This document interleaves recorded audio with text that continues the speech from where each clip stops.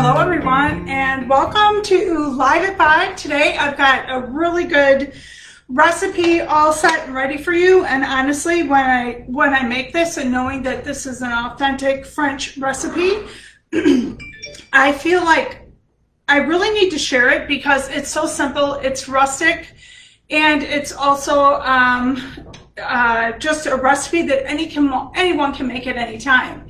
So what I want you to be thinking about, if you'd like to try some French desserts or try something that was good for every day, if you were at a country home in France, this would be a perfect thing for you to have in the morning, maybe even in the afternoon at snack time with coffee or tea, or even after dinner for dessert. So this is cherry clafoutis. And I've tried a lot of different recipes for this dish, but my favorite one is from the complete Bocuse, Paul Bocuse. Actually, I think he passed away just last year or the year before, and he was just so amazing and really number one. Everyone in the world knows him for his expertise in cooking and the restaurants that he had all over France and in other areas of the world as well. So I want to share with you, this is what your recipe is actually going to look like. I've made this in our square flexi flat. And what I really love about this is it's just so simple. You just whip it up with hardly any ingredients at all, but you must have fruit. So you can use berries, you can use cherries. That's original recipe, it's done with cherries. And mine does have the pits left in. And I have a rule, if I'm serving guests at home, I pit the cherries, but if it's family, I don't. And the smell and the taste of your recipe will be a little bit better, I think, if you leave the pits in the cherries, so people just are careful when they are eating. So I'm just going to unmold this because I'm going to use this flexi flat again for the next recipe. Just gonna unmold this like this to give you an idea of this unmolding. I'll move my book here.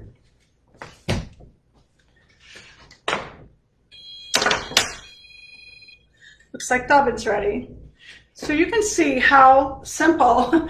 Literally, I baked this about 3 hours ago, and you can see there's absolutely nothing stuffed. There's a little bit of liquid condensation you can see here, but that's about all. That is absolutely all that's left. It was not unmolded previously. So what I'm going to do is flip this back onto my plate that I will serve from, and either I, of course, should have a bigger plate, but I just wanted to use this one because it was nearby me.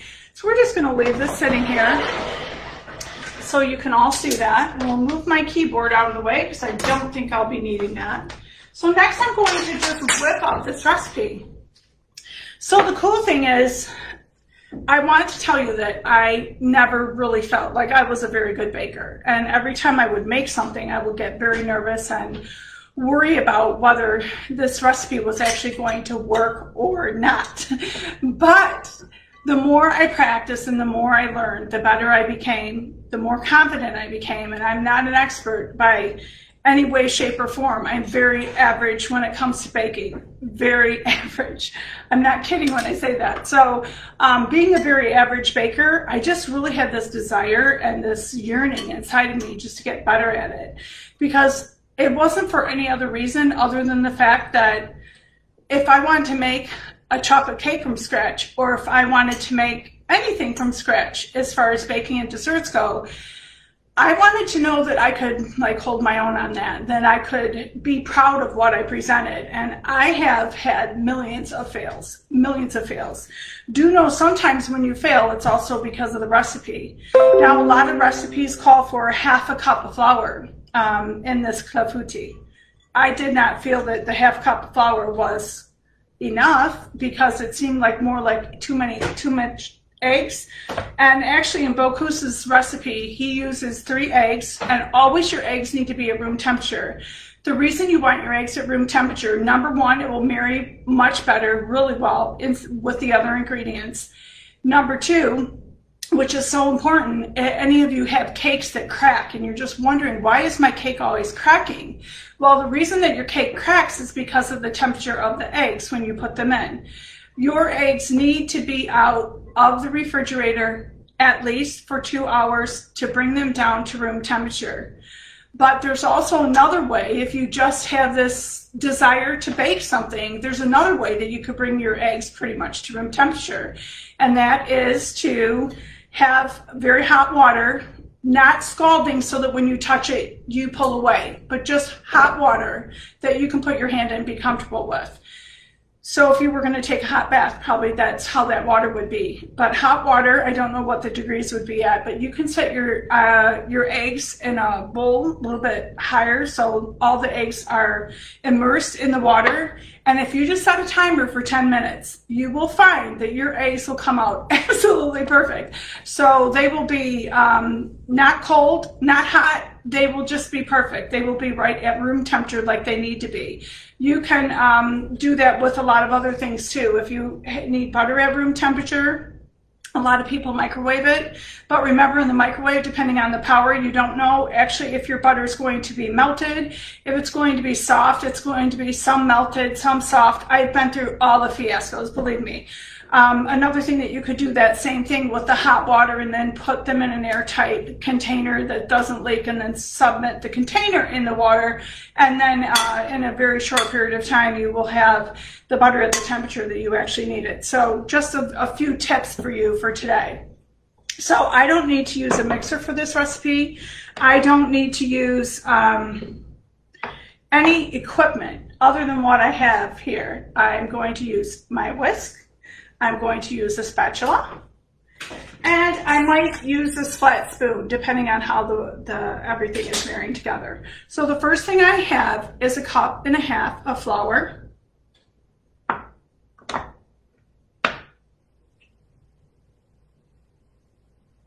Okay, we're going to put the flour in here. And then I'm going to add 1.5 teaspoons of baking powder.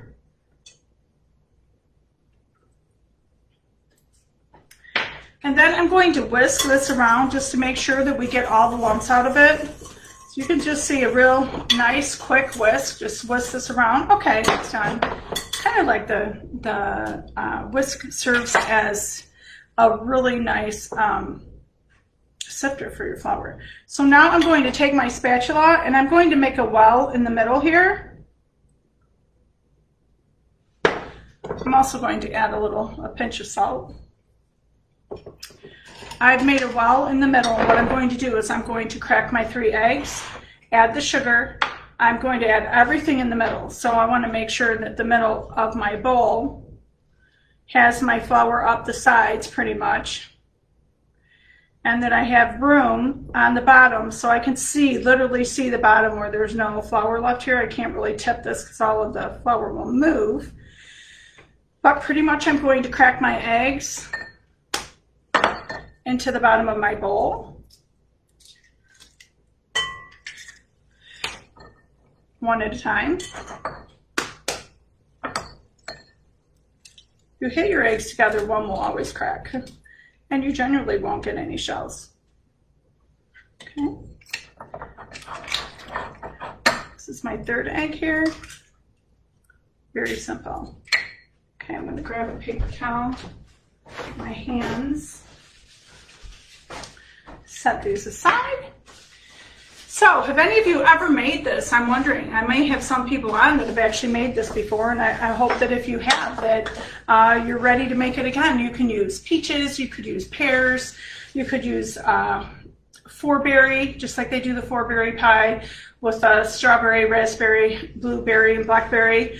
But you could also just do a combination of berries, whatever you like. This recipe is really simple and it will work with whatever fruit you use. But cherry, I would say, should be the first one because they're in season right now, at least in Michigan they are. I'm adding 1/4 cup of fine granulated sugar, and I actually use baker's sugar. But you can use your regular granulated sugar, whatever sugar. There's so many sugars available for you now that you could use whatever you actually like. I'm going to add my vanilla right along in there with the eggs. So these are all the ingredients that we have here other than the cherries. So you can see my bowl here.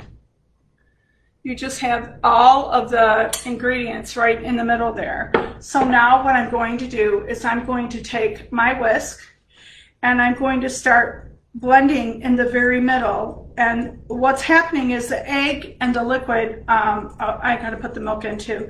The egg and the liquid are actually pulling the flour from the sides. This is more kind of like a crepe recipe, I think.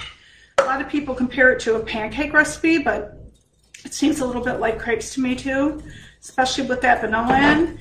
So what's happening is I am just whisking around. You don't want to over whisk your eggs because that will make a difference, but you do want to make sure that you get all of the flour from the sides of the bowl.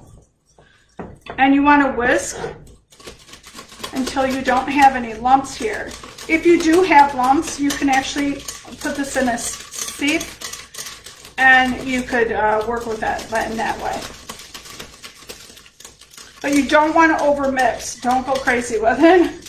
And if you feel like you're not getting like enough of that mix, that's why I have the spoon here, because I don't want to over whip my eggs to make them, you know, the recipe calls for you to make sure you have all the ingredients, and you can see it's very liquefied. There are a few lumps in here that I'm just going to move around. Try to head up the sides here. Okay. So simple.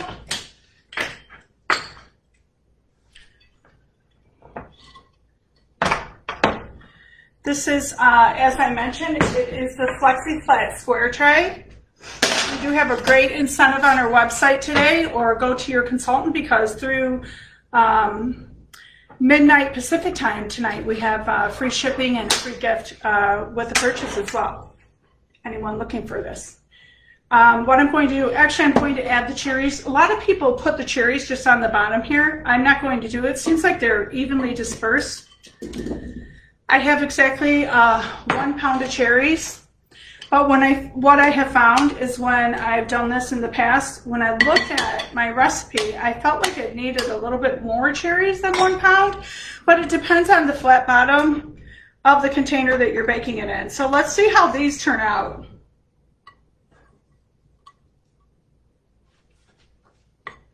You can see our batter is really nice. It smells really good.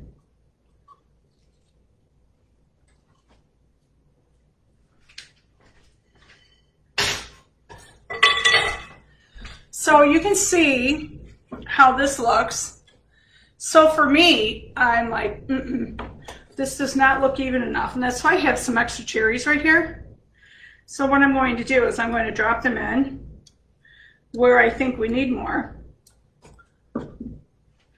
It's anywhere from 40 to 50 cherries. Yes, I literally did count them. And that's it. We're all set to go in the oven. It's going to poof up as it's in the oven. Another thing you want to know is that some recipes call for you to heat the oven to 400 degrees and then after 15 minutes turn it down to 375. I tried that recipe, but I did not like that recipe because the top was not golden brown like this. This is like a perfect combination right here. But yesterday I actually made one and I used the other method, and it was very brown on top, and that was our recipe from our website actually. So I'm going to change this up, and this is a much better recipe. And you can see it cooks up, it poofs up like a souffle, but once you take it out, and unfortunately they all go down, you want to bake it at 350 degrees. And I set the timer for 45 minutes. If at 45 minutes you see that the top is not cooked or golden, or if you insert a cake, it's not a cake thermometer, it's a cake stick. Cake tester. If you put the cake tester in and it comes out dirty, then you definitely want to cook. You can cook it up to 60 minutes. So you might be resetting your timer 5 minutes, 5 minutes, 5 minutes. Mine was not done at 45, but at 55, it was great. But I didn't set it for 10 minutes or for 15 after the 45. I just set it for 5-minute intervals. And you want to be careful about how many intervals you will set your timer for, because if a recipe says 45 to 60 minutes, that's what it was in their oven. And do know that some ovens aren't calibrated well, and so some ovens just cook slower than other ones. Even if it reads the right temperature, it doesn't necessarily mean that they are. 99% of ovens today are not at the right temperature. So they say 375, but they might be at 400 or they might be at 370. That makes the difference, especially when you're baking. So I'm going to stick this in the oven right now, and I'm going to let it cook. Let this bake for 45 minutes. Okay, so I know this is really fast, and I just want to share with you. I think we need to open this. We need to cut it and see how it looks inside. So if I was cutting this, I would cut from corner to corner.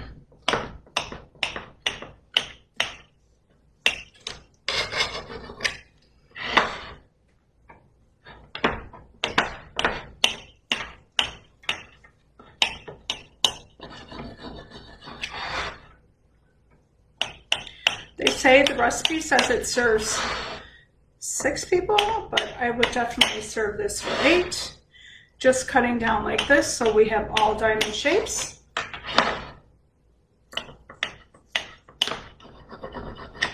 going to grab a pipe.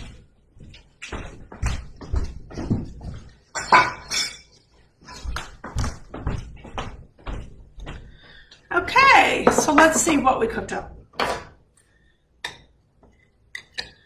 This is so beautiful for like a brunch or anyone coming over earlier in the day. It's not like a big chocolate cake surprise, but it's really nice for a breakfast or a brunch. Look at that. Doesn't that look good? I think this could actually take the place of muffins really easily.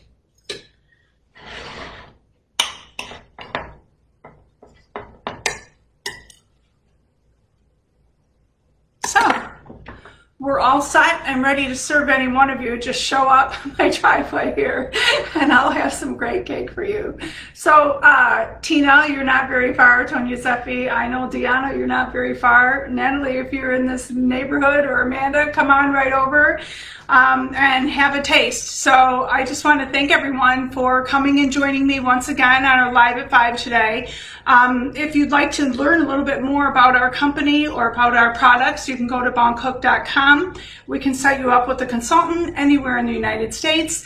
Our goal is to help people cook better at home and enjoy the experience along the way and really cook together and gather to cook. So I thank you for joining in. We'll see you next week. I might be in the garden and do some pasta pesto. It should be really good. Thanks so much, everyone. Have a great day. Bon appetit.